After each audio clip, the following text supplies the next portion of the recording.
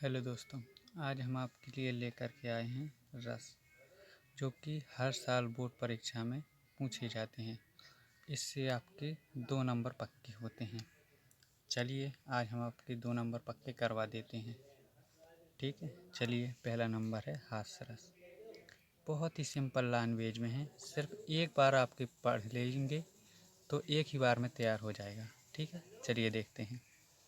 किसी भी वेशभूषा, आकृति, देखने या कहानी, कविता, नाटक देखने व सुनने से जो हमारे मन में हास नामक स्थायी भाव उत्पन्न होता है उसे हासरस कहते हैं। कहने का मतलब ये है कि किसी भी वेशभूषा, आकृति देखने या कहानी, कविता, नाटक सुनने या देख मतलब कोई भी ऐसा दृश्य हो कि जिसको सुनने से या देखने से हमारे मन में हंसी उत्पन्न हो, उसे हास्यरस कहते हैं। कहने का तात्पर्य ये है। चलिए उदाहरण देखते हैं। उदाहरण है, मैं महावीर पापड़ खूब तोड़ता हूँ, अगर गुस्सा आ जाए तो कागज भी मरोड़ता हूँ। इस उदाहरण से आपको हंसी उत्पन्न होती है कि अपने आप को बहुत ही महावीर, बलशाली बता रहे हैं। पापड़ जैसी चीज़ को तोड़ रहे हैं और कागज़ जैसी चीज़ को मरोड़ रहे हैं। देखिए कितने बलशाली हैं ये लोग। चलिए दूसरा देखते हैं रस, करुण रस। बंधु विनाश, बंधु वियोग, प्रिय वस्तु का नाश हो जाने से यह प्रेमी का सदैव के लिए बिछड़ जाने पर करुण रस उत्पन्न होता है। इसका स्थायी भाव शोक होता है। कहने का तात्पर्य ये है कि बंधु विनाश या फिर बंधु वियोग, वियोग का मतलब बिछुड़ जाना, या प्रिय वस्तु का नाश होना, या फिर प्रेमी का सदैव के लिए बिछुड़ जाने से करुण रस उत्पन्न होता है। इसका स्थायी भाव शोक होता है। उदाहरण देखते हैं। हे खग मृग, हे मधुकर श्रेणी, तुम देखी सीता मृग नैनी। यह उदाहरण तब का है जब भगवान राम वन में सीता की खोज में जाते हैं तो पशु पक्षियों से पूछ रहे होते हैं कि तुमने मेरी मृगलोचनी सीता को कहीं देखा है क्या। अब देखते हैं तीसरा रस, श्रृंगार रस। जहाँ पर नायक और नायिका के प्रेम का वर्णन किया जाता है वहाँ पर श्रृंगार रस होता है। इसका स्थायी भाव रति होता है।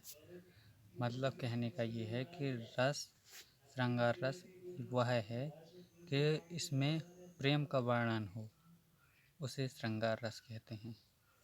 नायक और नायिका के प्रेम का वर्णन हो, उसे श्रृंगार रस कहते हैं। इसके 2 भेद होते हैं। भेद मतलब भाग। पहला होता है संयोग श्रृंगार, दूसरा होता है वियोग।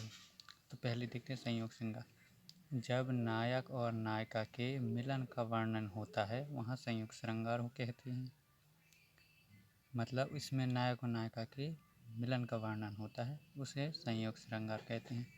उदाहरण, मेरे तो गिरधर गोपाल दूसरो ना कोई, जाके सिर मोर मुकुट मेरो पति सोई। इसमें गोपियाँ भगवान श्री कृष्ण से कहती हैं कि मेरे तो सब कुछ गिरधर गोपाल ही हैं, दूसरा कोई और नहीं है। जिसके सिर पर मोर मुकुट है वही मेरे पति हैं, वो बाकी कोई नहीं। दूसरा रस, वियोग श्रृंगार। जहाँ पर नायक और नायिका के एक दूसरे से दूर रहने के प्रेम का वर्णन होता है वहाँ पर वियोग श्रृंगार होता है। मतलब इसमें एक दूसरे के बिछुड़ जाने पर जो प्रेम भाव होता है उसे कहते हैं वियोग श्रृंगार। उदाहरण, हे खग मृग, हे मधुकर श्रेणी, तुम देखी सीता मृग नैनी।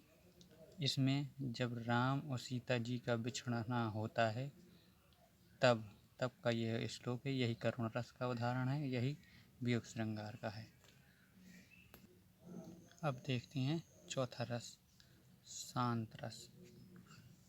तत्व ज्ञान की प्राप्ति अथवा संसार से वैराग्य होने पर शांत रस की उत्पत्ति होती है। इसका स्थायी भाव निर्वेद होता है। मतलब दुनिया से मोह माया त्याग कर शांत मन से साधु बन जाते हैं, जिसे कहते हैं, वही शांत रस है। इसका स्थायी भाव निर्वेद होता है। इसका उदाहरण, जब मैं था तब हरि नहीं, अब हरि है मैं नहीं, सब अंधियारा मिट गया, जब दीपक देखा माही। ठीक है, अब देखते हैं वीर रस और अंतिम रस। यही है अंतिम रस, मतलब वीर रस, पांचवा।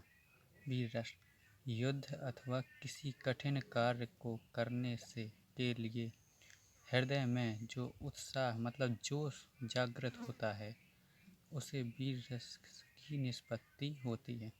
मतलब युद्ध हो या फिर कठिन कार्य हो, उसे करने के लिए जो हमारे हृदय में, मन में जोश मतलब जोश जुनून जागे, उससे वीर रस की उत्पत्ति होती है।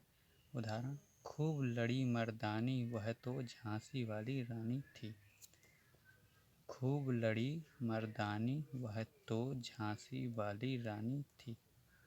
बस हो गया। वीडियो आपको कैसा लगा कमेंट करके ज़रूर बताइएगा। तब तक के लिए धन्यवाद।